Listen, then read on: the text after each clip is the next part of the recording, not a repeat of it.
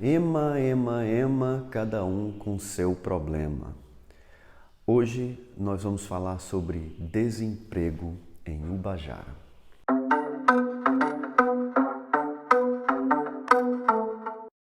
Por causa desse ano de pandemia e por causa de uma medida da OMS, o mundo todo teve que parar e países pobres como o Brasil também entraram nessa de quarentena.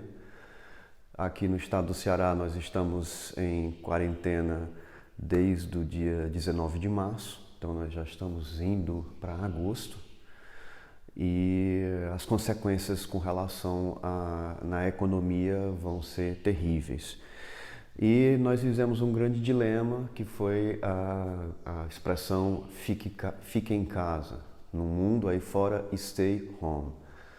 E aqui nós tivemos uma dicotomia, servidores públicos, né, e muitas pessoas que tinham a certeza que mesmo ficando em casa iriam ter o salário chegando no final do mês garantido, ficaram mais tranquilas, e as pessoas que eram informais, empresários, trabalhadores que ficaram apavorados por não haver uma perspectiva de quando isso iria terminar e se ao final dessa quarentena as pessoas ainda estariam com seus empregos. Isso foi uma realidade gritante, né? Muita gente perdeu o emprego, muitos empresários quebraram e por mais que o governo esteja tentando ajudar com alguns subsídios, auxílio emergencial, não tem como se fabricar dinheiro, né? O país não tinha muitas reservas, então tudo que está sendo aplicado nesse momento, mais de R$ 1 trilhão, isso vai ser cobrado lá na frente, e lá na frente que eu quero dizer para os próximos 10, 15, 20 anos, nós vamos ter que estar pagando por isso. Falando especificamente aqui para Ubajara, que é uma região com muito potencial agrícola e turístico, mas que já vinha sofrendo com um problema de desemprego, muita gente desempregada, e poucas perspectivas para essa turma, principalmente os jovens que estão entrando no mercado de trabalho e não encontram uma alternativa para se trabalhar. E a gente fica se perguntando o porquê disso. Por que falta emprego? Por que algumas regiões do mundo, por que algumas cidades do Brasil têm bem mais emprego do que outros lugares? O que falta? Tem a ver com o poder público? Tem a ver com os empresários? Tem a ver com a mentalidade e a cultura da população? Talvez tem a ver com tudo isso. Bom, eu vim trabalhar na Nutrilite aqui há uns 18 anos atrás. Fui convidado no momento gerente.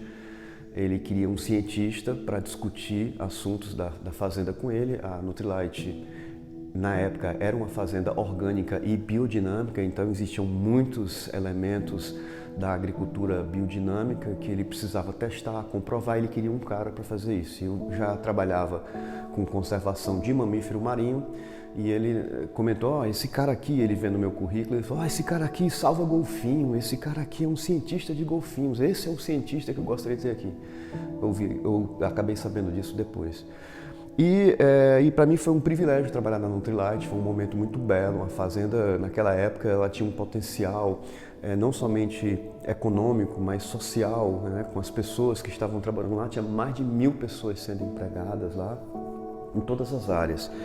Como a gente está falando de emprego, a importância de uma empresa do tamanho, do porte dela aqui na região. Todo mundo tinha carteira assinada, todo mundo tinha um salário acima da média, todo mundo tinha plano de saúde para o colaborador e para a família dele, então fortalecimento da saúde.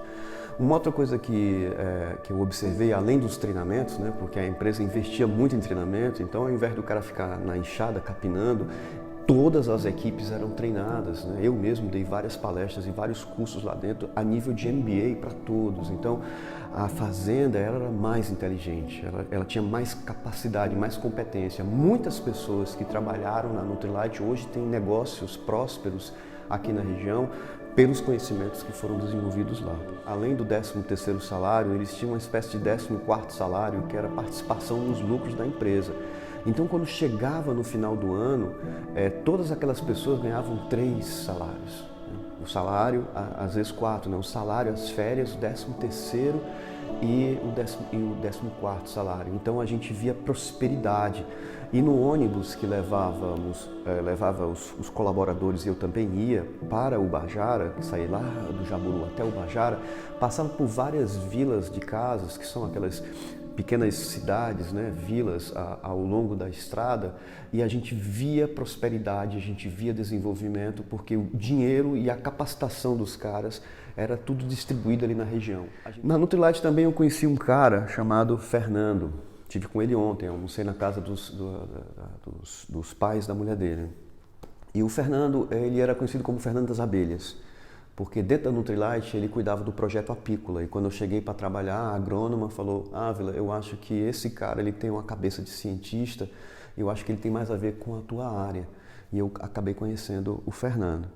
E ele passou a ser integrado na minha equipe de pesquisa, né? E um cara muito inteligente, se desenvolveu bastante. Hoje, né, o Fernando, ele não está mais na Nutrilite, mas ele tem uma empresa de telados. E ele me falou uma coisa interessante, ele falou: Ávila, eu nunca trabalhei tanto como nesses últimos meses por causa da pandemia, por causa da quarentena. Por quê? Porque a agricultura não parou, cara. A agricultura continua produzindo e eu não estou conseguindo dar conta de tantos telados, né? Que ele faz aquelas estruturas teladas que protegem as plantas dos insetos.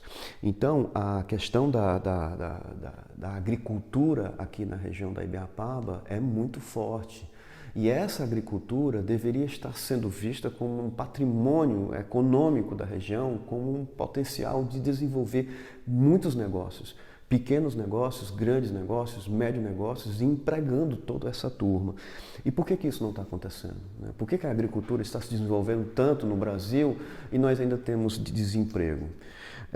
Uma outra característica interessante aqui de Ubajara, que eu tenho observado nesses dias, é a questão do açude do Jaburu. Cada vez mais eu vejo a população procurando o açude como uma forma de lazer, como uma forma de turismo. Ontem também eu passei de carro pela parede do açude Jaburu, estava numa baixa pressão, a água estava parada, super parada, esses fenômenos meteorológicos que acontecem em horas, e as pessoas nos carros parados ali tirando fotos, né? Porque o lugar realmente é muito bonito. O que eu tenho observado bastante aqui em Ubajara também são as pessoas de bicicleta no final de semana. Grupos grandes de pessoas com a roupa de bicicleta, capacete, pedalando aqui nas nossas estradas, porque definitivamente é um local muito interessante para se pedalar. E eu não acredito que essas pessoas vêm de fora, essas pessoas são daqui. Então, o ibiapabano está redescobrindo a Ibiapaba como uma alternativa de lazer, porque ela já está pronta. E ali da parede do açude do Jaburu, nós temos o açude em si, nós temos a Cachoeira do Frade, que é um lugar espetacular, que de certa forma ainda não está preservado, não existe um entendimento do que é aquilo, de como é que aquilo deve ser utilizado. Nós temos o Buraco do Zeza, que é um outro lugar muito interessante, isso lá já no Carrasco. Aqui na Serra, na sede próxima, à encosta, nós temos os mirantes, nós temos as cachoeiras, nós temos muitas e muitas trilhas. Estou falando aqui só da região do município de Ubajara. Então, a questão do ecoturismo, não somente para os turistas de fora, mas para os turistas de dentro, né? Para a população ter alternativas, né? Porque nós não temos um parque para ir, para correr, para pedalar, a gente acaba fazendo isso no meio da rua. Então tem um potencial extraordinário desse lugar aqui, né? A beleza natural já existe. O que nós precisamos é organizar os caminhos, as calçadas, as estradas, os acessos, a fiscalização, a legislação ambiental e fazer desse lugar um lugar interessante, porque a beleza e o potencial, tanto agrícola como turístico, daqui da região da Ibiapaba, especificamente de Ubajara, pode trazer emprego pleno, pode trazer emprego para todo mundo. A questão da gestão da oportunidade, o último assunto que eu queria tratar. A quem nós devemos cobrar ou a quem nós devemos ajudar com relação à gestão dessas oportunidades? Porque eu digo isso porque existe uma letargia, existe uma dormência, uma preguiça, eu não sei qual é o adjetivo com relação ao que está acontecendo aqui. Porque as cidades continuam feias, continuam não muito bem zeladas, as praças abandonadas. Nós não conseguimos ver atividades esportivas com esses três atores, que é a prefeitura, os empresários e a comunidade. Nós não conseguimos ver isso. Estamos numa completa letargia. E isso tem a ver com escolhas, né? Tem a ver com escolhas. Definitivamente nós estamos passando por um momento, e talvez por causa da rede social, a gente cada vez mais tem essa capacidade de interagir, tanto com depoimentos, como a nossa própria opinião, debates, discussões, sobre o que é importante para as nossas vidas. E emprego é algo fundamental. É algo fundamental. Então, se você aí está desempregado ou acha que vai ficar desempregado porque o impacto dessa quarentena insana e sem fim vai gerar na economia, é muito grande. E aí, se você for atrás de um emprego na rua, você talvez não encontre. Então, nós temos que construir algo virtuoso, um ciclo virtuoso que envolva a agricultura, que envolva turismo, que envolva cultura, que envolva educação, né? Tudo isso acontecendo dentro do nosso município. E a única forma de isso definitivamente acontecer é a gente se envolvendo diretamente com essas questões. Não adianta ficar achando que vai ser o prefeito, que vão ser os vereadores, que vai ser o juiz, que vai ser...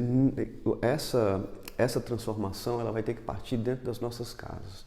Então, se você é jovem, se você está aí me ouvindo e você está desempregado, e você gostaria de ter sua independência, gostaria de ter seu dinheiro, gostaria de ter seu negócio, gostaria de trabalhar em algo que você gosta, esse é um momento de sair, de acordar, de parar de ficar em casa assistindo filme e olhar a sua cidade como um local que está ali perfeito para que a gente possa produzir algo, né, e esse algo traga um retorno econômico, né, e um desenvolvimento econômico sustentável para todos. Tá? A gente tem que trazer mais iniciativas para cá.